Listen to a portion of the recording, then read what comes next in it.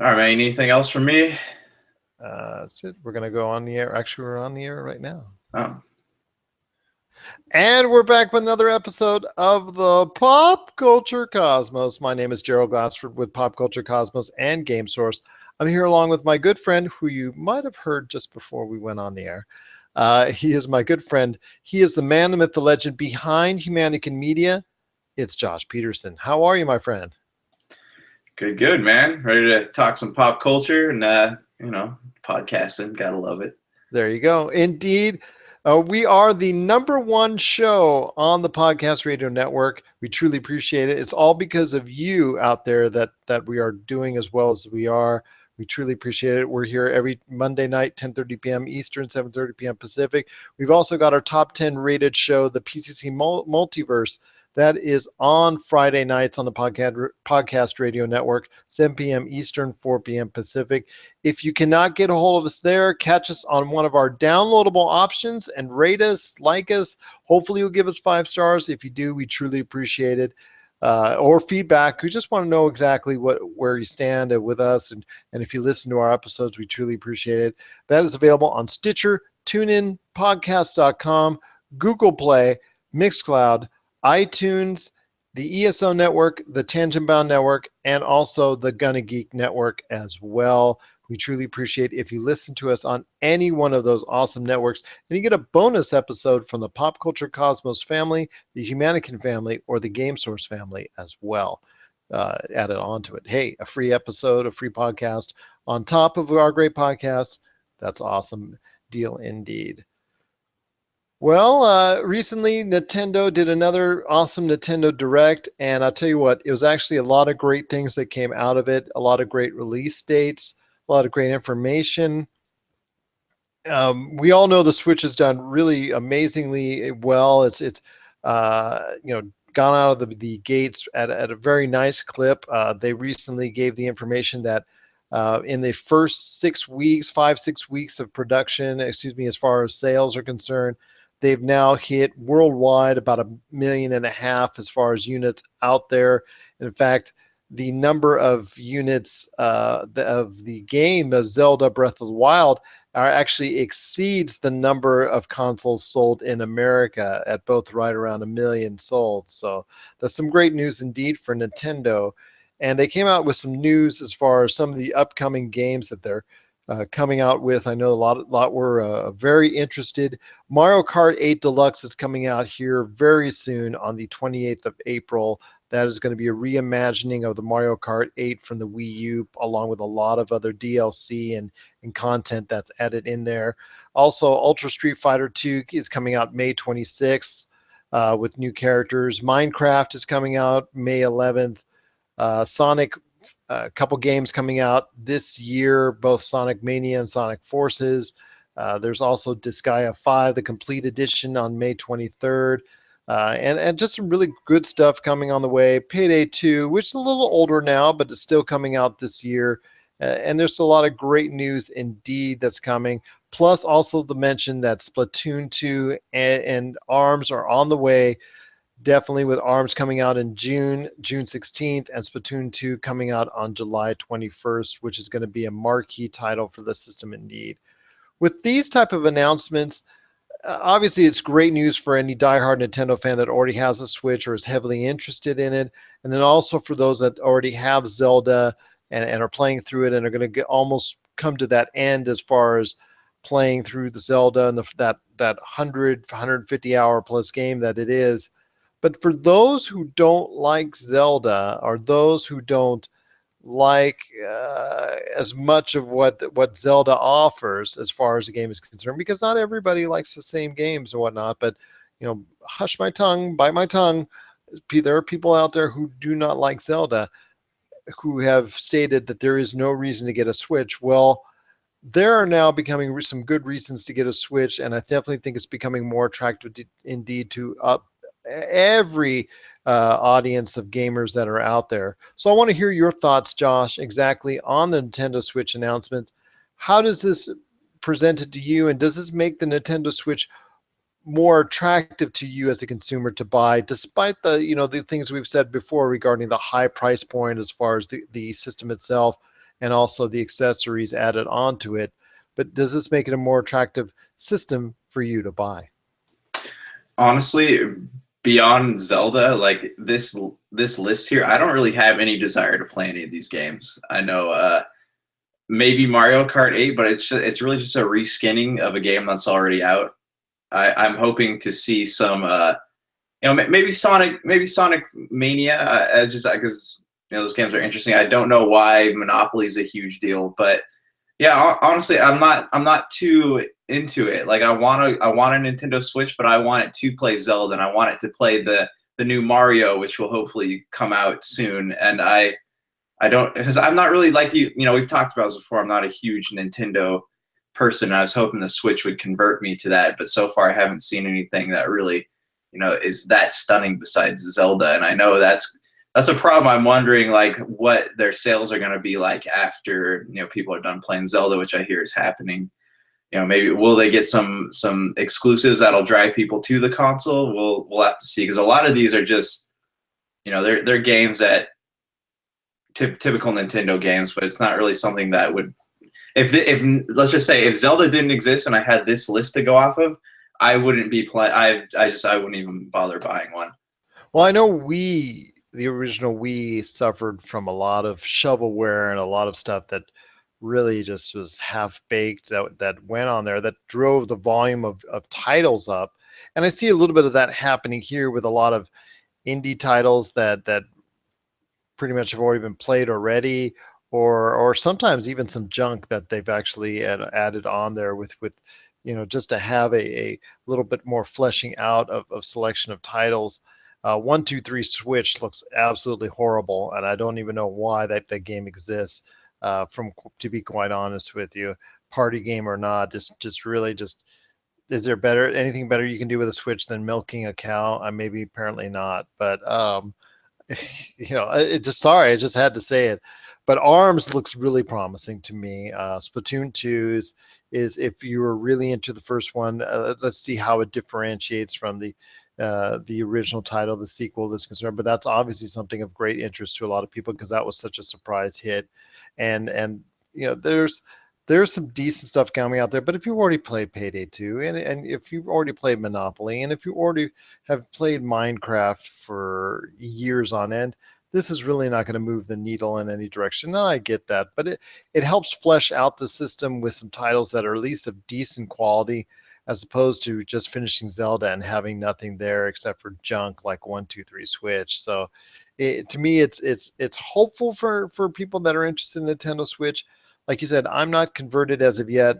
I know I was always chided to not getting a Wii U, and I ended up I was on the fence. I was close, but I never really had that thing that grabbed me that I got to get it. And still not had that yet because I'm not a huge Zelda fan. And after talking to as far as everybody at Retro City Games or whatnot, our great friends there, we just had a kind of on the fence on Zelda is concerned, because although some people think it's the greatest thing since sliced bread, there's others that say it's a lot of work in progress. So I'm on the fence again with Nintendo product indeed. So I'm hopefully that they'll bring out, with, like you said, the new Mario coming up near the end of this year.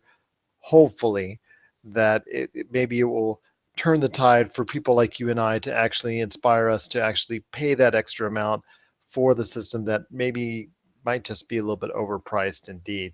But what are your thoughts out there on the Nintendo Switch?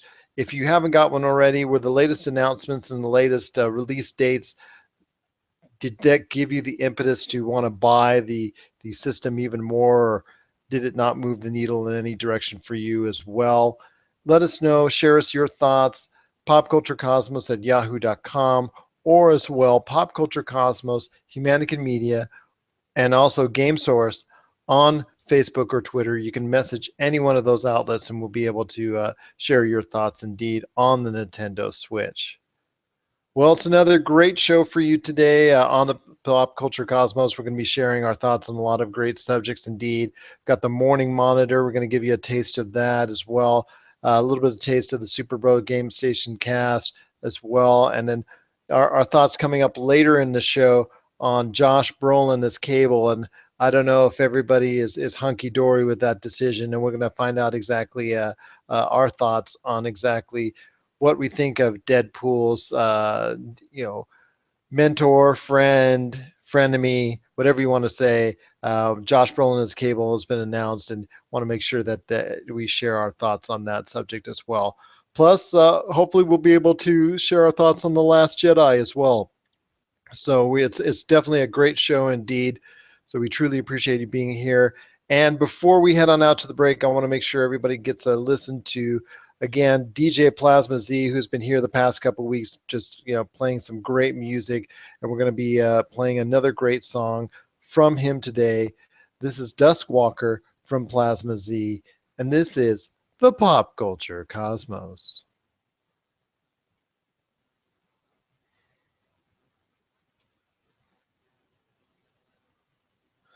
And we're back with the Pop Culture Cosmos. My name is Gerald Glassford from Pop Culture Cosmos and Game Source. We truly appreciate you listening out there. I want to thank you for being a part of today's program. It's been a great pleasure, talking to everyone out there about the latest stuff going on with the Nintendo Switch, The Last Jedi, and also as well going with the Super Rogue Game Station cast, and also as well the morning monitor. And Josh, before we head on out, can you share everybody what's going on with Humanica Media and all the great things that you guys are doing out there, plus also the What About This podcast as well?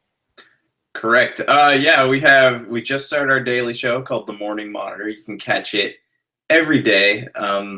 We're still working on exactly what time it will be posted, but if you check at the end of the night on our YouTube page, please subscribe, by the way. You'll be able to catch it. We also have the Super BS Games cast coming at you probably next week. And then also you have a brand new episode of What About This? They were on hiatus because Travis' wife had a baby. Congratulations to them. And they will be back this week with some new stuff. And just keep following us, give us some feedback. We're always looking to improve what we've got.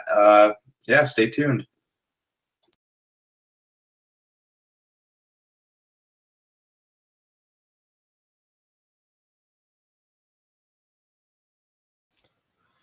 Indeed, that's a lot of great things that are coming out of there. So I truly appreciate all the stuff that Humanica Media provides for us with the great What About This podcast, which has been a big hit, the Morning Monitor, which comes at you every day, and also as well the Super Bro Station Gamescast. I tell you what, that is a hard one to say every single time, and asking to do it 3 or 4 times an episode is really difficult indeed. But we changed it to the Super BS Games cast. Okay, the Super BS Games cast. Okay. So now you shorten it indeed. Okay, you made it even easier now. So the Super BS Games cast, that is definitely a great shows indeed. If you get a chance, check it out on the Humanica Media networks that are available out there on Facebook or YouTube, Podbean, iTunes, correct?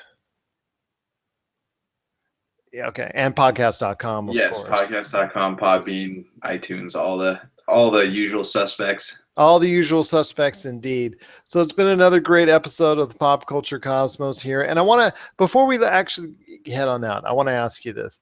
They recently announced for Deadpool 2, the sequel. I know you heard about this. I know we talked about it a little bit earlier. Was they finally found a Cable, which is the frenemy, the mentor, friend, kind of enemy. They kind of battle, they kind of don't, kind of deal as far as Deadpool is concerned, and kind of an ally, kind of a friend, kind of, it's just basically it's a unique relationship as only Deadpool can have in his life. So Cable was announced as being played by none other than Thanos, Josh Brolin, which I know Ryan Reynolds may or may not be happy with. Reading the social media accounts, it may be kind of strange, the vibes he's sending out there, because you'd think he'd have a good say as far as who would be playing that role. So your thoughts on Josh Brolin as Cable, and do you think they should have actually given the job to someone else? Because there was a lot of heavyweights that were rumored to be in line to have a shot at it, including Russell Crowe, Brad Pitt, Stephen Lang, a bevy of actors that were all lining up to be a part of that role working in Deadpool 2. I thought that Kyle Chandler would have been a good choice, just because it would be a different kind of part From for him. Friday Night Lights, correct? And Super 8, I love, honestly, I love that guy. Like, I don't know what it is. Like, he's just something about his acting. Like, he's got a lot of range, and he always like he's one of those actors that actually like makes you like feel bad for him. Like, so I don't know, it's interesting that. But anyways, yeah, I mean, this might be the Marvel Fox crossover we've all been waiting for. You're gonna be, he's gonna be Cable, and he's gonna go back in time, and turns out he's actually Thanos. We don't know this yet. It's anything's possible, but I think it tells me there is no relationship between Fox and Marvel. Fox just wants to go ahead and do what they want to do, no matter how much they mess up the X-Men timeline and all that. I think it just tells me that they're willing to do anything, as far as they don't care if it's a DC actor, they don't care if they've been working on Marvels, they don't really care as far as they'd hire Robert Downey Jr. if they wanted to. I'm curious what the contract looked like for that. I'm like, because I know it's a weird thing between studios, but maybe because these are Marvel properties, they're letting them do that. I don't know, but I think that now this definitely goes to show that there are no plans, like you said, for a crossover there, because clearly, you can't have two characters played by the same actor in the same universe. So there's I been guess that puts supporting that characters. There's been some characters in Marvel films that are also in the DC films. And then also, I don't know if we've seen any supporting characters. I'm sure there's probably, supporting characters or characters of a side nature that we've seen on Fox films or Marvel pictures. But this is the first marquee high end one that is now playing a relevant active character that's going to be a major part of the Infinity Wars universe, that is now also going to be part of the Deadpool movie universe as well, correct? Correct. So yeah, it's all nobody saw this coming. Josh Brolin, kind of a weird choice for Cable. I like him. He's a good actor. We haven't seen him act as Thanos yet, really, besides just sitting on his chair going, "Fine, I'm going to do it myself." But it'll be good to see him have some range, and especially like having to keep up with Ryan Reynolds. His social media posts are funny, like what he had to say about you can't have two characters in the same universe. But I'm curious. We'll see. I can't really speculate a lot on it, just because I don't know what to expect from it. I just heard the news today, so I would assume he'd have some influence in picking the Cable character. So I don't think it to me, Josh Brolin being Cable, he must have wowed them in like a maybe a rehearsal or a setup, as far as beforehand when they was trying out for the role, that he must have wowed them in some way, that they say that him playing Cable is too good to pass up. right. And I wonder how he got how the part got to him. Like, what was the process there too? Was it something that he sought after, or was it something that the studio sought after him? It's a great mystery right now. It is indeed, but it's something that definitely is intriguing. I think he's going to do very solid in the role. I think he does have that gruff voice. Anybody can color their hair white. Well, mine is unfortunately naturally colored, but that part is not a problem. But I can definitely see him in the role if he bulks up a little bit, and because he does have that gruff demeanor. One of your favorite movies, Jonah Hex. No, I was just kidding about that. But as we mentioned in a previous podcast, it's something that he could have. If anybody who's seen that film, unfortunately, would know that he does have that gruff exterior that could pass off for Cable, indeed. And I can see the interplay between those two really getting to be right in the middle of a heated battle scene, those two just stopping just to throw insults at each other and not caring what's going on around them. I could see that happening at some point in time, creating more laughs indeed for a picture that has both Josh and I truly that both Josh and I truly enjoyed, and look forward to the sequel indeed with great anticipation, because tell you what, Deadpool so far hasn't really done too much wrong. So we're gonna stay hopeful and stay positive now that Josh Brolin, even though he's busy doing other things in the Infinity Wars universe, that he'll also have time to be a great Cable character. Excuse me, great Cable as well. What are your thoughts on Josh Brolin as Cable? Please let us know when you get a chance. popculturecosmos@yahoo.com, or you can give us a shout out on Pop Culture Cosmos, Humanica Media, or Game Source on Facebook and Twitter as well. So, Josh, any last thoughts before we? So, Josh, any last thoughts before we head on out about what's coming up this week for Humanica Media?